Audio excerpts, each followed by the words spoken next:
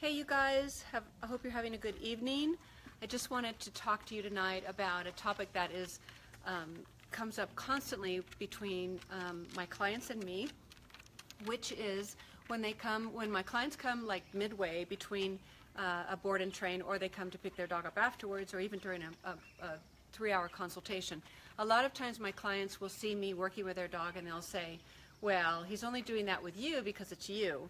And they completely refute the possibility that they could possibly get the same behavior from their dogs themselves. And they say to me, well, you're only doing that because you're a dog trainer, and so you're able to get, better behavior from your dog than I would be able to. Well, I would hope so, because if my client comes to me and is willing to pay me to help them with their dogs, then that wouldn't make much sense. I would hope that I would have a little more talent in dog behavior, a little more knowledge in dog behavior, and be a little more confident about dog behavior than my client would be. Otherwise, I would be out of work like that.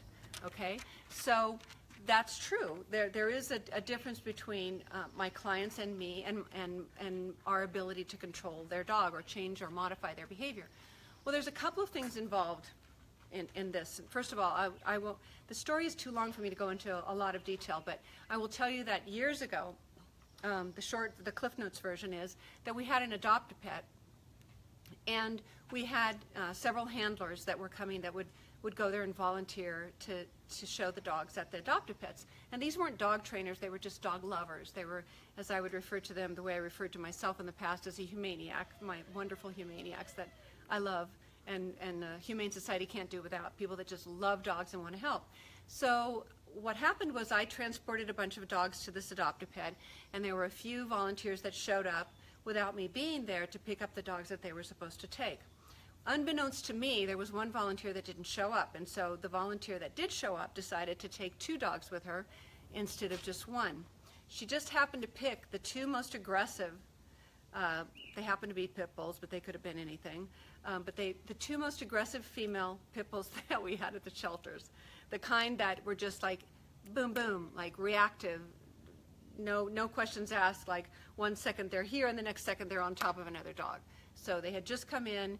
I didn't know anything about dog behavior at the time, but it was a lesson that I learned that I thought about years later.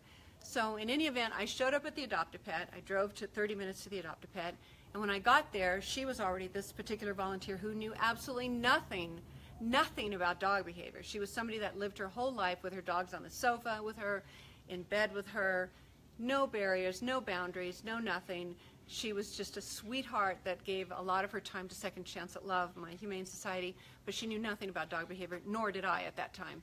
So I get to the adopt-a-pet before her, and I get out of my car, and there she is, standing on her cell phone with the 2 worst, most problematic pit bulls that we had at the shelter, on a leash, both of them in one hand, okay, 2 leashes in one hand with both of the pitties sitting there. So I had to calm myself down because I didn't want to get out of the car and immediately instigate a fight, which is what I would have done. So I just had to calm down, chill out, open the car door, and then, kind of beckon her over and ask her if I could take 1 dog and she could take the other.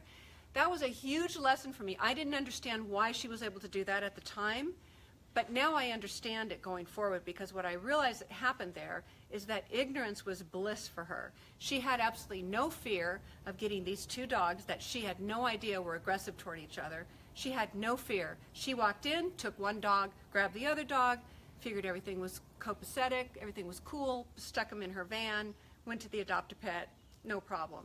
And as a result of feeling that way, that's what happened.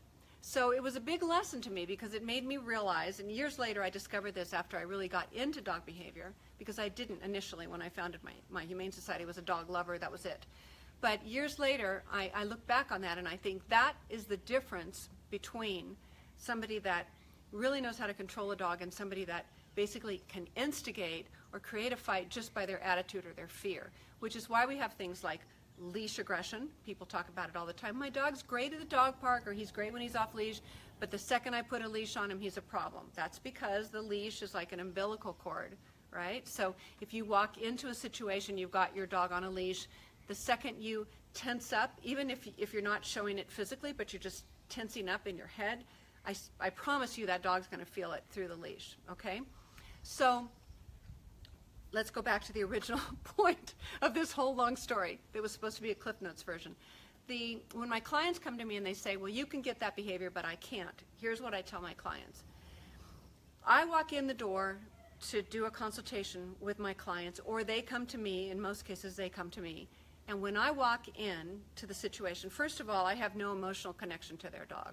That's not, I love all dogs, but I don't love all dogs the way an owner would love a dog, okay? So I walk in, clean slate, the dog knows nothing about me, doesn't know if I'm, doesn't know that in the past I was actually a professional caterer. They don't know that I did this, that, or the other, where I'm from, how many languages I speak. They don't know anything about me. They certainly don't know that I'm a professional trainer.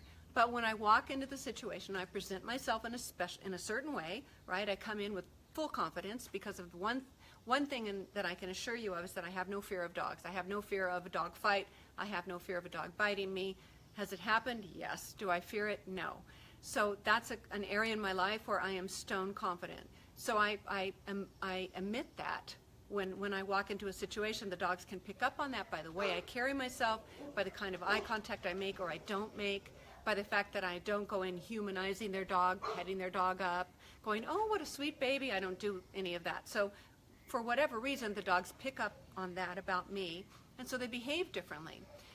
And there have been many instances where I've walked in to do a consultation, or someone has come here to my home to do a consultation, and the clients will say to me, well, I swear my dog usually is nipping and lunging at the end of the leash to bite another person. I don't know why he or she is not acting like this now, but I promise you that's their real behavior, and I get it. Because most people don't react to meeting a dog, that particular dog, the way I would. So it only stands to reason that the dog is going to pick up on that. And because dogs are instinctual, they don't rationalize, emotionalize, intellectualize. They just see something and they're instinct driven. And there's no knowledge behind instinct, there's only reaction. So boom, they make a decision and boom, they're either going to move in, they're going to go back, they're going to submit, their ears are going to go out. Whatever it is they're going to do it based on the kind of energy that I bring into the interaction when I first meet the dog. So here's my message in this whole story. I have one message, and that is that everything is contingent on your attitude. Everything is contingent on your level of confidence with your dog. Whether or not you seek a professional consultation from a trainer or a behaviorist or whatever it is that you do, you can start turning things around immediately with your dog when you, all right, ready for this? I'm going to sound so psychobabbly, but I don't care because it's true. When you act as if you have confidence, when you move into your dog as though you are an authority figure, even though you may have spent years and years interacting with your dog in a totally different way, as though you were the one that was a subordinate pack member. It doesn't matter. You can change all that. The same way that you can change your reputation with anybody if you're willing to do the work to turn things around. First impressions are critical. They're awesome. They're wonderful. But so few people do that. Yesterday, I was with a friend of mine who's a doctor, and she told me that she and her family had decided to get a puppy. It was so cool because she said, what should we do? Like, that happens once in a million times with me, where people will come to me and say, we're about to get a puppy, we want to do it right. How should we do it? It's, oh, are you serious? That's like the coolest thing ever, that she was open to that. And so I told her, you know, just come up to the house, bring the new pup. In fact, even before you get the puppy, let me go over everything with you and your kids and your husband and everything, and kind of tell you how you should present yourselves to the puppy when you first get it, because you want to make that first imprint. It's so crucial, it's so critical to your relationship ongoing with your dog. But seldom, that doesn't happen very often, okay? In most cases, people are going to call me when they've already got a problem, and the problem has usually escalated into something that they can't control. Maybe they've seen a few other trainers, maybe they haven't. But the bottom line is, you can change the way your dog looks at you. You just have to be consistent in the way you approach him. You have to have this insane amount of confidence, which isn't hard to do. It's just the way you carry yourself. Remember, they're not an evolved species. So by virtue of the fact that you're just carrying yourself in a different way, that you're using eye contact in a different way, that if there's a consequence for a dog's behavior if they don't do what you say or what you ask them to do. So if they come into the kitchen when you're cooking and you don't want them there and you ask them to leave, you actually enforce it Wow, what a concept, okay? So how do you enforce it? Well, however you need to enforce it, enforce it. If you can't get him to back away with spatial pressure, slip a leash over him. Take him over to a place or a bed or wherever, or at the very least outside of the kitchen. We're talking like rudimentary things here. Like this is the basic stuff.